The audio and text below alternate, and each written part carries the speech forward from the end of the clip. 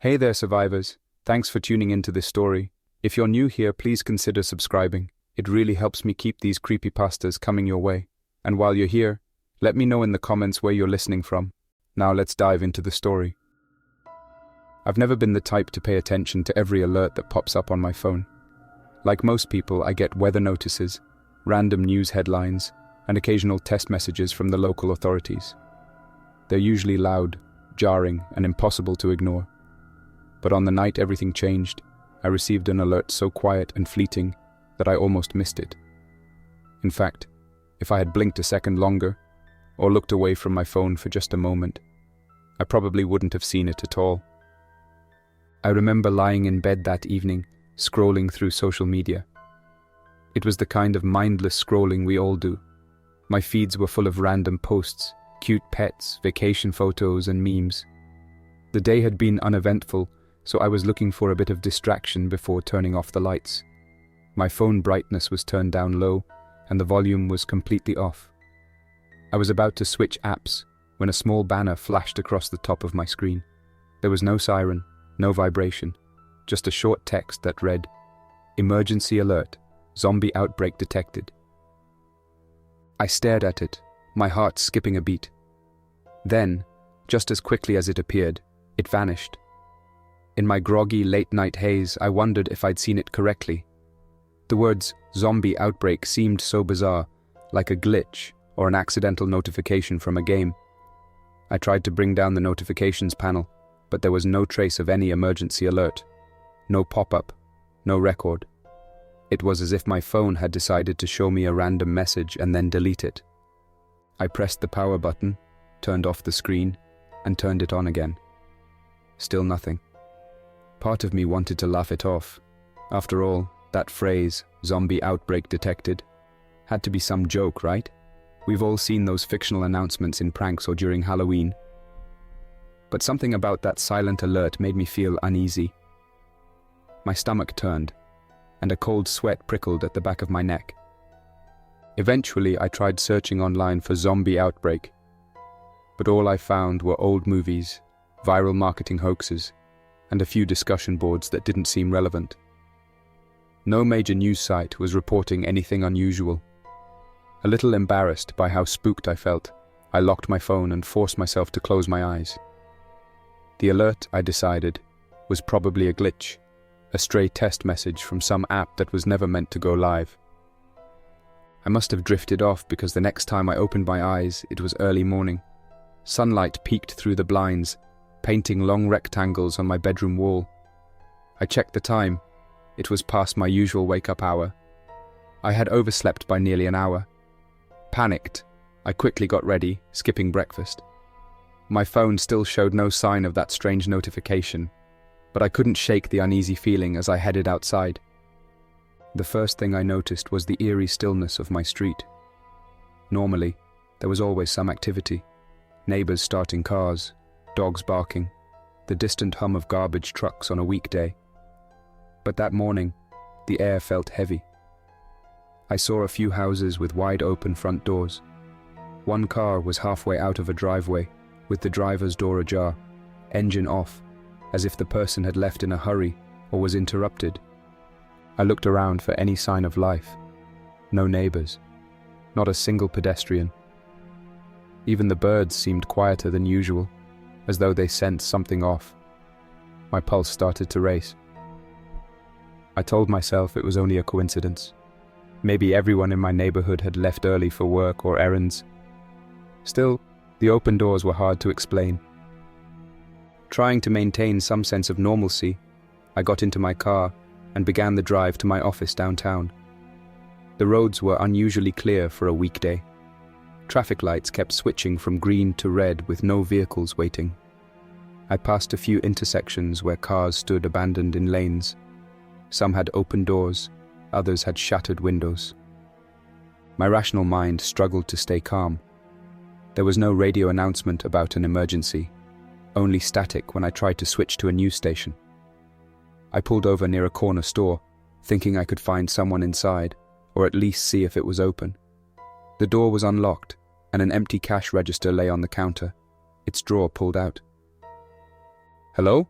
I called, stepping carefully through the doorway. The fluorescent lights flickered overhead, casting a sickly glow on rows of untouched shelves. There was no response, no beep from the scanners, no rustle of any person in the aisles. I moved past the front counter and saw a single plastic grocery bag on the floor. Canned goods and a loaf of bread spilled out, as if someone dropped it in a hurry. A chill ran down my spine. This did not feel right. I grabbed a couple of water bottles, leaving some money on the counter by habit, though I had a sinking feeling that currency might not matter much anymore. I hurried back outside, scanning the empty street. A gentle wind rustled some trash on the sidewalk, and in the distance I could hear what sounded like a faint siren. At that point, my instincts screamed that something huge was happening, something catastrophic that no one had prepared for. I fumbled for my phone, searching the official emergency services app, but there were no updates. It was as if the alert system had gone silent, or rather, as if it had never broadcast the message in the first place. I decided to call my mum, who lived in another state. The call rang endlessly before switching to voicemail. Same for a few close friends. No answer, just the dull, recorded greeting. Even the text messages I sent stayed marked as sending, never hitting delivered. With each failed attempt, I became more convinced that the quiet banner I'd seen in the middle of the night was no mere glitch. Maybe the government or authorities had tried to send out a warning but messed up. Instead of a proper siren, maybe only a handful of people got a silent banner that vanished. If that was the case, then most of the population might have had no idea about the danger until it was too late. As I drove toward downtown, the streets grew more chaotic. I passed intersections with cars that had collided, doors wide open, and not a single person in sight. My fuel gauge dipped below half, making me nervous. At one point, I saw a bus parked at an angle, hazard lights still flashing. The bus was empty except for a single shoe lying on the steps. I told myself not to imagine the worst. I told myself that maybe everyone had evacuated in an orderly way, but the city's silence was anything but orderly. It felt like the aftermath of something abrupt, like people had just dropped what they were doing and disappeared.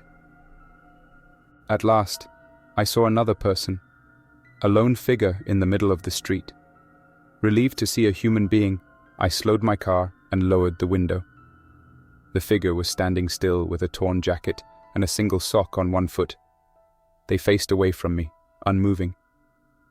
"Hey," I called out. "Are you okay? Do you need help?" They turned slowly. My relief evaporated. Their skin was very pale and their eyes looked distant. It was like they were focusing on something behind me, even though they appeared to be staring right at me. Their mouth hung open slightly, and they took a shaky step forward.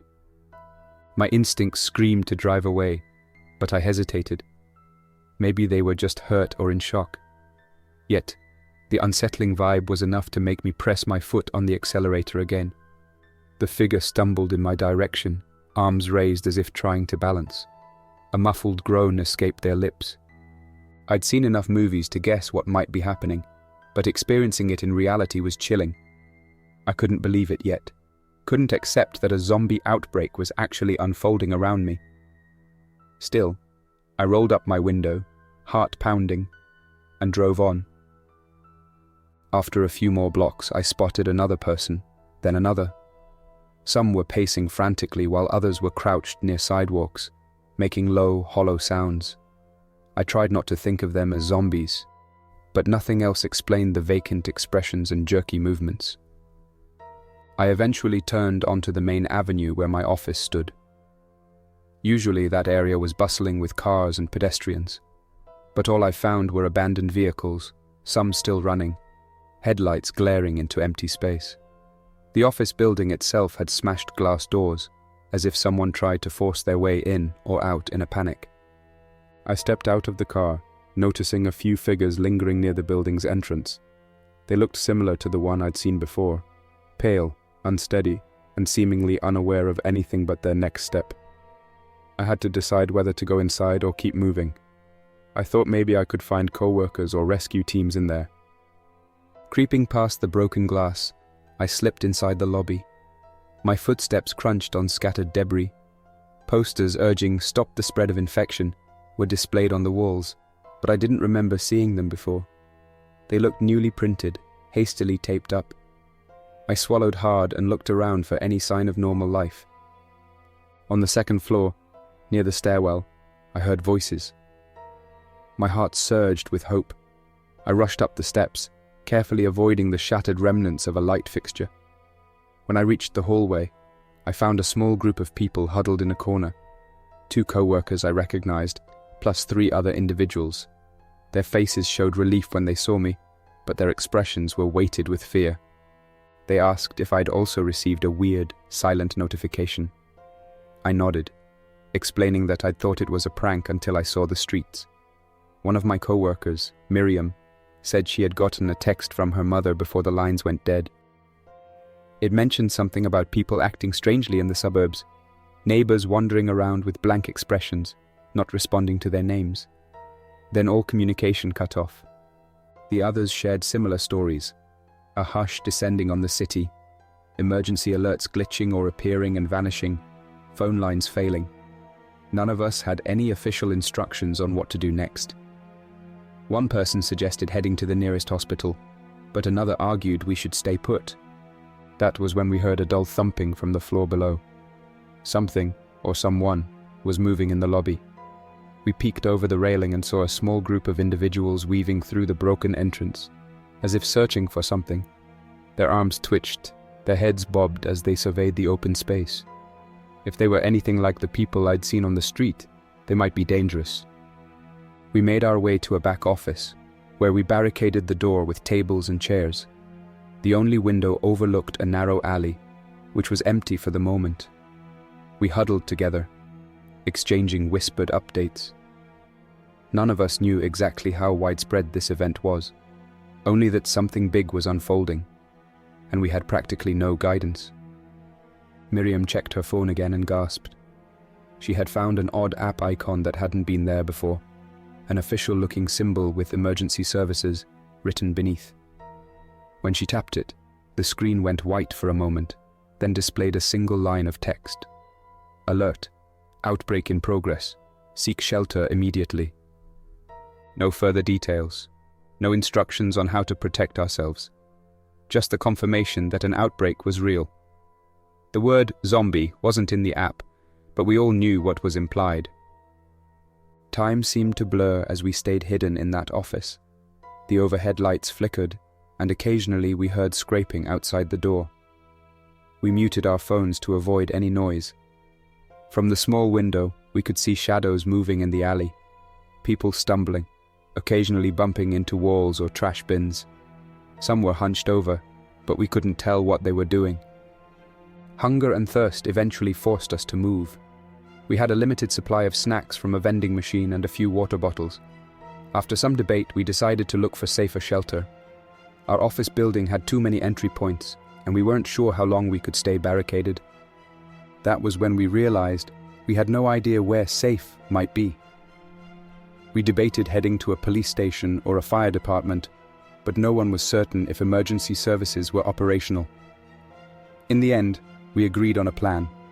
We would quietly exit through the back alley, avoid the main roads, and look for any sign of a functioning shelter or a group of organized survivors. We moved slowly down the staircase, scanning each floor. Most offices were deserted, with overturned chairs and spilled coffee cups. The air felt stale, as if the ventilation had stopped circulating properly.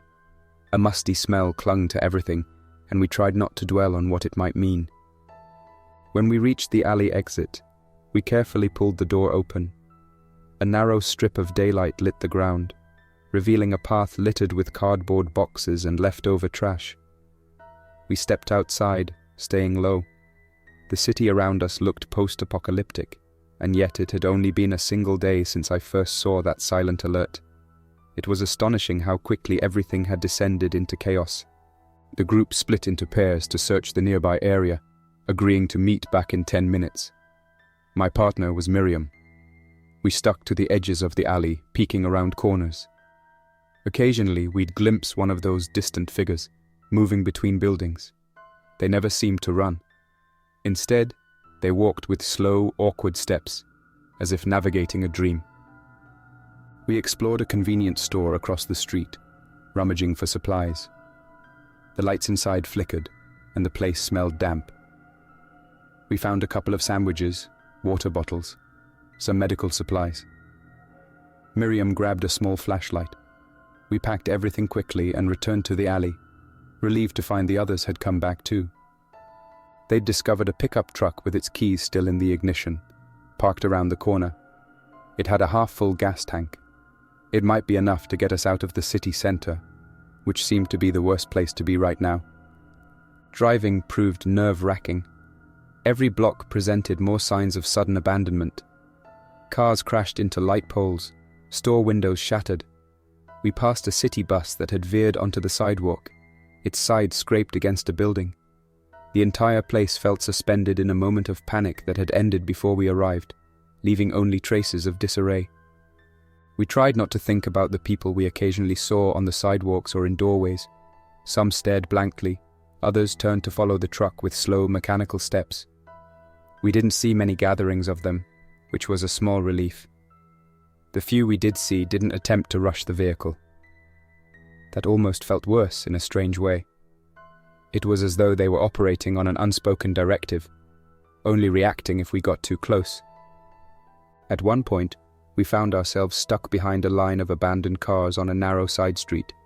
We had no choice but to stop. One of those blank-eyed individuals was nearby, and we held our breath as it trudged past. It never looked directly at us, never acknowledged our presence. Once it disappeared around a corner, we managed to maneuver around the cars and continue.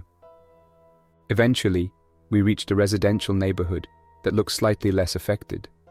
Some houses had boarded up windows, and we even spotted a hastily painted sign reading, "We are still here, stay away." That message was enough to keep us from knocking on their door. We continued to the end of the street and found a school that appeared mostly intact. Its gates were locked, but the fence wasn't too high. We scaled it, carefully helping each other over. Inside, the courtyard was littered with papers and backpacks. It looked as though students and teachers had left in a hurry, or maybe they never arrived. In the central building, we discovered a sturdy cafeteria. The kitchen had non-perishable food, enough to last for a while.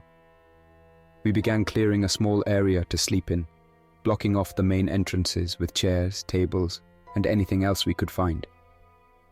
The place had large windows, so we needed to be careful about light. Over the next few hours, we took turns keeping watch while the others tried to rest. Even though we were exhausted, sleep didn't come easily. Every creak of a floorboard or distant shuffle set our nerves on edge. Our only connection to the outside world was the occasional faint siren echoing from who knows where. During my shift on watch, I checked my phone again. The official emergency services app still showed the same message. Alert. Outbreak in progress. Seek shelter immediately. There were no new announcements, no updates on how widespread this was, no guidance on whether help might be coming. By the next day, we began to see signs that other people had the same idea about the school. We spotted movement in a far wing of the building, silhouettes darting behind windows. We weren't sure if they were infected or uninfected survivors, and honestly, none of us wanted to go investigate. We barely had enough supplies, and there was a real fear that if those silhouettes were people who had changed, they could be drawn to our presence.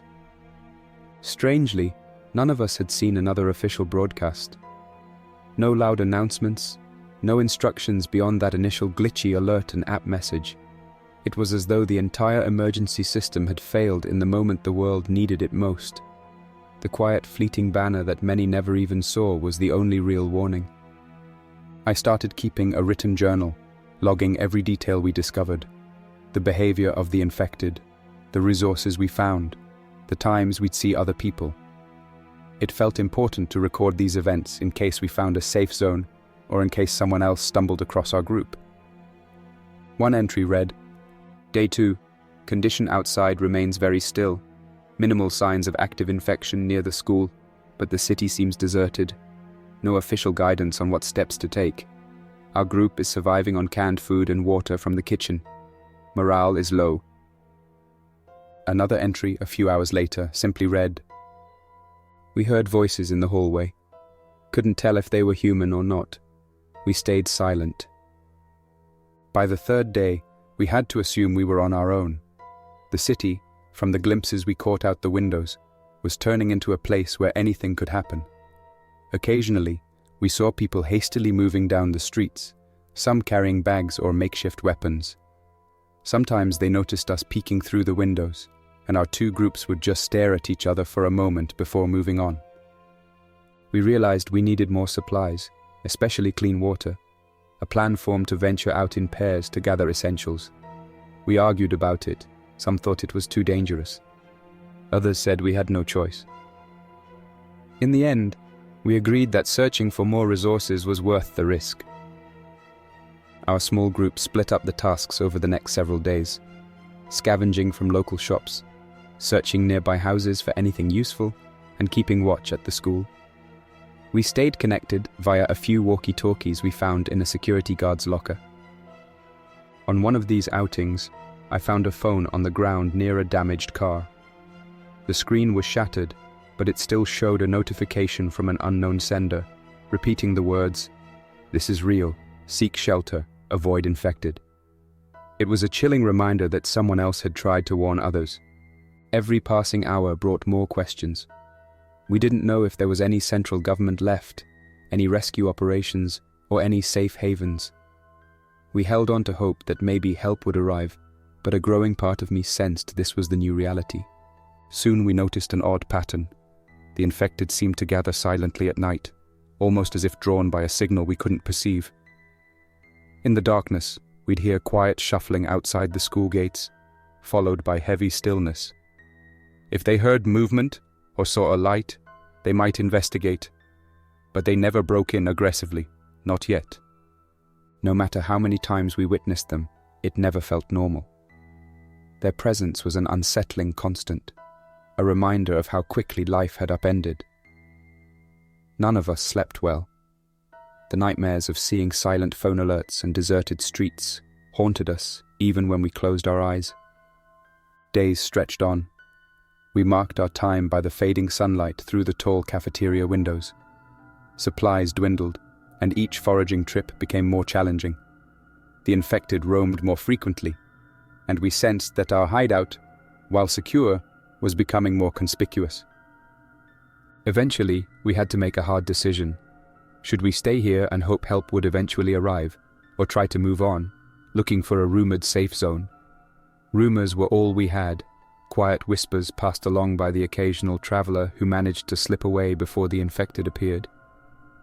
We heard about a place outside the city, possibly a makeshift shelter in an old warehouse, but no one could confirm its exact location, or if it was truly safe. That brings me to now. As I write this, the sun is setting. The cafeteria is bathed in an orange glow, and we've just finished rationing what remains of our canned goods. We're planning another supply run in the morning, or maybe we'll pack up and leave for good. The infected outside have grown more numerous in recent nights, and their soft moans echo through the hallways when they wander inside. We've been lucky so far. They haven't breached our barricade, but we can't rely on luck forever. I'm thinking back to that silent alert on my phone. How many people never saw it at all? How many were completely caught off guard? Even now, I check my phone every hour, hoping for a real message from emergency services, something more than that single line. The battery is low, so I conserve as much power as possible. I sometimes wonder if other pockets of survivors out there are doing the same, clinging to their last bits of battery life, praying for an update that might never come. Outside, the wind kicks up, rustling the trees in the courtyard. The school hallways are dark, but we hear occasional footfalls. They're close by. We've dimmed our lantern to a faint glow, trying not to draw attention. It's a fragile piece. One wrong move, one accidental sound, and we might face a situation we can't handle. Yet, there's a flicker of hope in our little group. We trust each other, and we're determined to do whatever it takes to adapt and survive. We may be cut off from the world, but we still have each other to lean on. The human spirit, as cliché as it might sound, feels unbreakable when we band together. We don't know how this will end, or if it will end at all. Perhaps rescue teams will sweep through someday, rounding up survivors and restoring order. Or maybe we'll slip out under the cover of darkness, quietly forging a path to a safer place. The truth is, we can't predict tomorrow.